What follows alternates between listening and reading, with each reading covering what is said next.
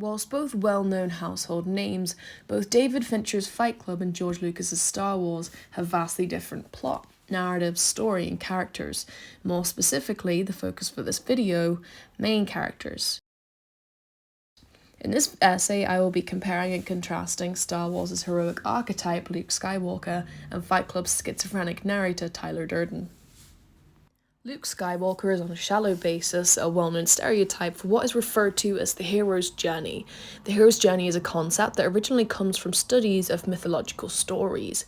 It argues that what is usually the main character will go on a journey that consists of three essential stages: the departure, the initiation, and the return. This template is often recycled so much that people will commonly refer to similar characters such as Harry Potter or Percy Jackson as the Luke Skywalker of the film.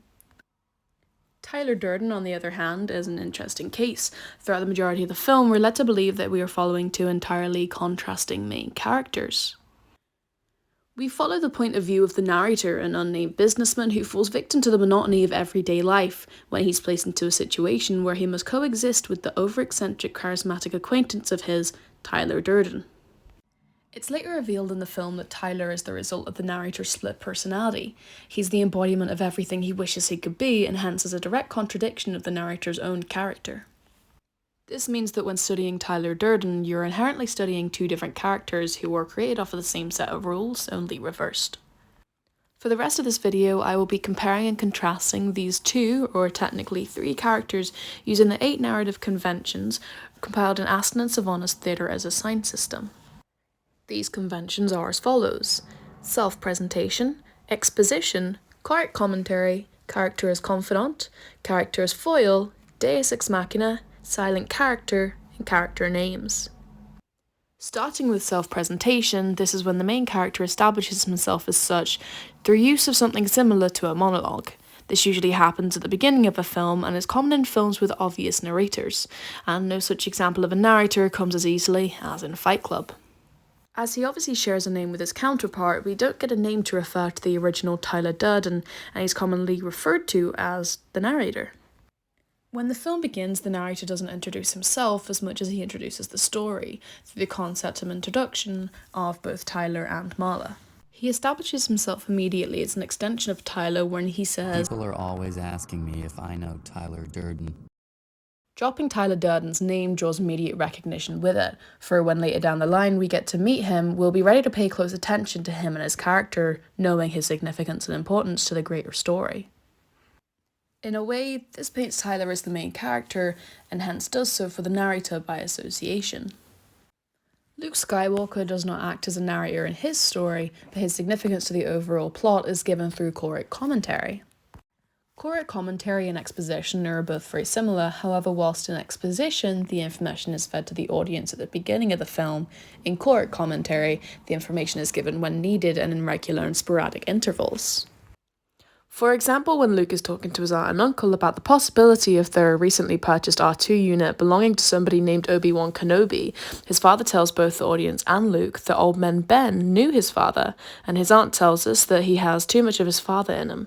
This example of choric commentary establishes Luke's father as an important figure in the overall story, as well as linking a connection between him and Luke's character. Two more narrative conventions are character as confidant and character as foil. A character as confidant will be somebody usually the same sex as the main character, in which they can confide in and are usually heavily attached. Whilst in opposition to this, you have character as foil. Character as foil is a character written to directly oppose or contrast the protagonist. For example, Harry Potter has two character as confidants, Ron and Hermione, and a character as foil, Malfoy. In Fight Club, this dynamic is cleverly manipulated to display the ever-present Tyler Durden as both the foil and the confidant.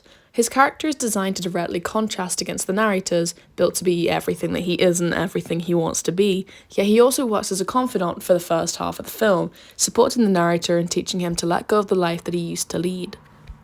It could also be argued that Marla Singer could act as the narrator's foil for the first half of the film before it becomes apparent that the role would more suit Tyler. She is sporadic, impulsive, and apathetic, and she causes a disruption in the narrator's routine. At this point of the film, he's leading a simple life, working a 9-to-5 office job, living in his carefully furnished apartment. Star Wars works in a more traditional way in which the characters who act as foil and those who act as confidant are separate entities. The obvious foil against Luke is the infamous Darth Vader. Vader's actions ultimately cause the beginning of Luke's adventure, and their conflicting morals and ideologies are a large part of what creates the conflict in the story. In fact, this is made no clearer than by the antagonists dubbing themselves the dark side, implying the protagonist to be the other side of that coin and being the light. As you can see, we have two characters, or technically three, made up from the same set of rules. Not all writers implement all 8 conventions to create their characters, but there's no doubt that you can find them in every story. But these conventions are not the end of the differences between Tyler and Luke. Of the 2 characters we're studying in this video, one makes use of character names to expand and explore the characters as well as the plot. As we established earlier on, Tyler Durden and the narrator are the same person, meaning in theory they share the same name. However, throughout the film, even after its completion, when we learn of the truth behind the duality of this character, the name Tyler Durden is more commonly associated with Brad Pitt's character rather than Edward Norton's.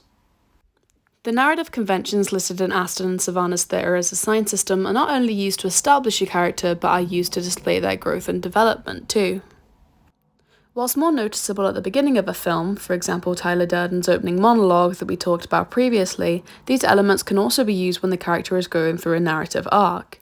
In Fight Club, the audience is likely to piece together the fact that Tyler and the narrator are one and the same thanks to the use of chronic commentary. When trying to track Tyler down, the narrator explains how Everywhere I went, I felt I'd already been there. these tidbits of implicit dialogue come regularly throughout the second half of the film from the narrator, and due to the lack of Tyler in these scenes as well, there is a smaller margin of distraction to take away from what's being said. The longer the narrator travels, the more of these ominous lines we get from either himself or the members of the Fight Club that he meets along the way.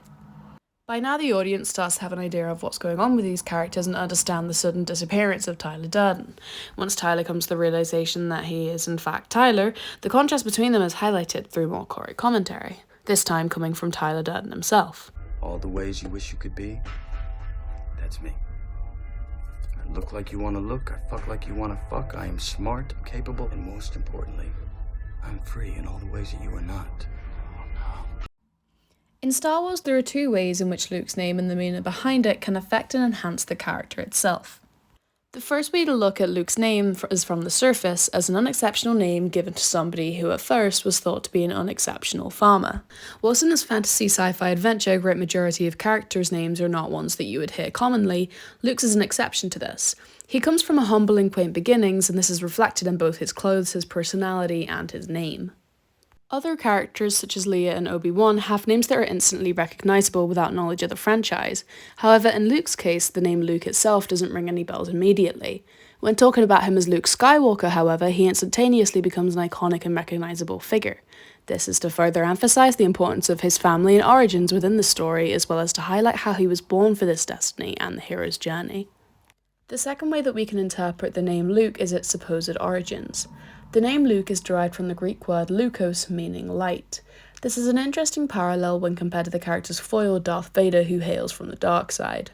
Once again, this echoes a sense of destiny that comes so strongly with the stereotype of character that Luke embodies along his journey. To summarise, Tyler Durden and Luke Skywalker are both drastically different characters who are developed differently depending on the writer's choices. Tyler Durden heavily relies on the concept of character confidant and character foil to satisfactorily present the narrator.